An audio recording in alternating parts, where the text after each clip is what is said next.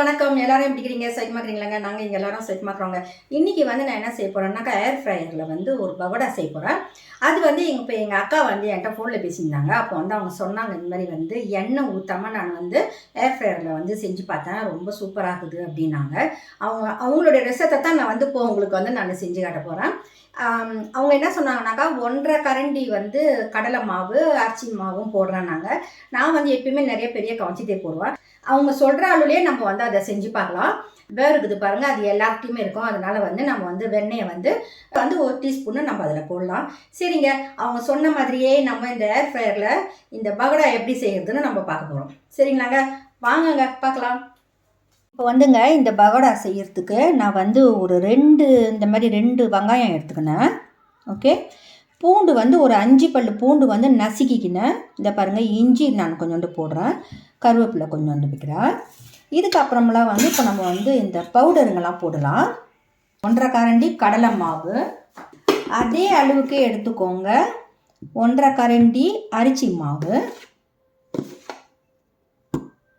அதாங்க.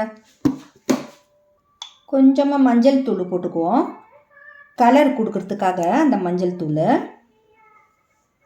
இது கூட கொஞ்சோண்டு பெருஞ்சீரகம் போட்டுக்குவோம், கொஞ்சோண்டு சின்ன சீரகம் போட்டுக்கலாம், அதாங்க. கொஞ்சோண்டு மிளகாத்தூள் போட்டுக்குவோம். இதுக்கு தேவையான அளவுக்கு கொஞ்சம் உப்பு போட்டுக்கலாம். முதல்ல இதெல்லாச்சும் நம்ம இதில் போட்டுடலாம். நான் வந்து இந்த பூண்டு வந்து தோலோடு தான் போடுறேன், ஏன்னா அப்போ தான் வந்து நல்லாயிருக்கும். முதல்ல நம்ம என்ன செய்வோம், இந்த வெங்காயத்தை வந்து நல்லா நம்ம வந்து அதை பிரித்து விட்டுடணும். இந்த மாதிரி நல்லா அதை வந்து தனியாக அதை பிரித்து விடணும். இதுக்கப்புறமெல்லாம் நம்ம எடுத்து வச்சுக்கிற இந்த தூளுங்க எல்லாச்சும் போட்டுடுவோம். நான் சும்மா கொஞ்சோண்டு தாங்க செய்கிறேன். எங்கள் அக்கா என்ன அளவு கொடுத்தாங்களோ நான் அந்த அளவில் மட்டும் செய்கிறேன்.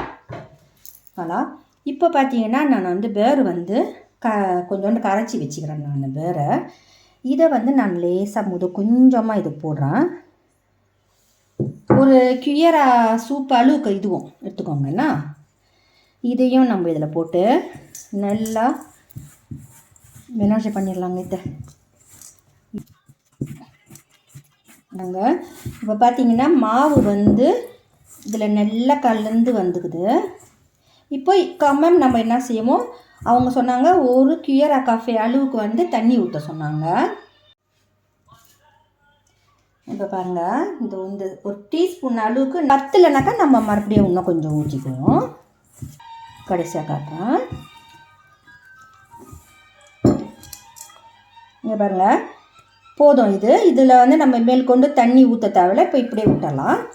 சரிங்க, இதை வந்து நம்ம இப்போ போட வேண்டியதான். இதை வந்து நம்ம எண்ணெயில் பொரிக்காமல் சூப்பராக செய்ய போகிறோம். நான் இதை எடுத்துடுறேன், நம்ம எல்லாத்தையும் கொட்டிடலாம். இந்த பாருங்கள், இப்போ இதை வந்து நம்ம ஏற்றிடலாம்.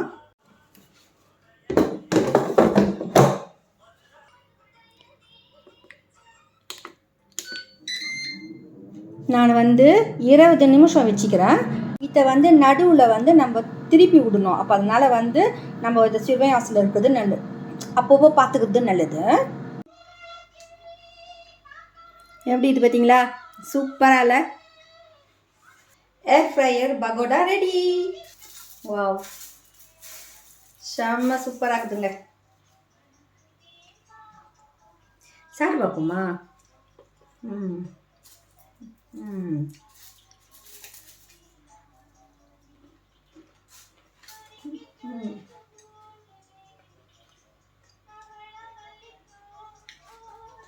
சூப்பராக இருக்குதுங்க.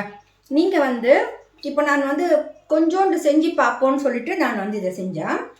செம சூப்பராக இருக்குது. நீங்கள் வந்து இந்த 1.5 கரண்டி போடாமல் கொஞ்சம் அதிகமாக செஞ்சீங்கன்னா உங்களுக்கு உண்மையாகவே ரொம்ப அந்த கட்டியாக வரும் பாருங்கள், அந்த மாதிரி வரும். எனக்கு அந்த மாதிரி வரல. இப்போ இந்த மாதிரி சின்ன கட்டியாக வந்துடுது. இதுங்களா, இந்த மாதிரி சின்ன கட்டியாக வந்துடுது. நீங்கள் வந்து நல்லா கொஞ்சம் பெருசாக பிடிச்சி அந்த மாதிரிலாம் போட்டிங்கன்னா வரும். இது வந்து அவங்க சொன்னாங்க, நான் உடனே கடகடன்னு வந்து எசே பண்ணேன். அடுத்த வருஷம் கண்டிப்பாக நான் வந்து நல்லா பெருசாக பக்கடா போட்டு உங்களுக்கு நான் வந்து செஞ்சு காட்டுறேன்.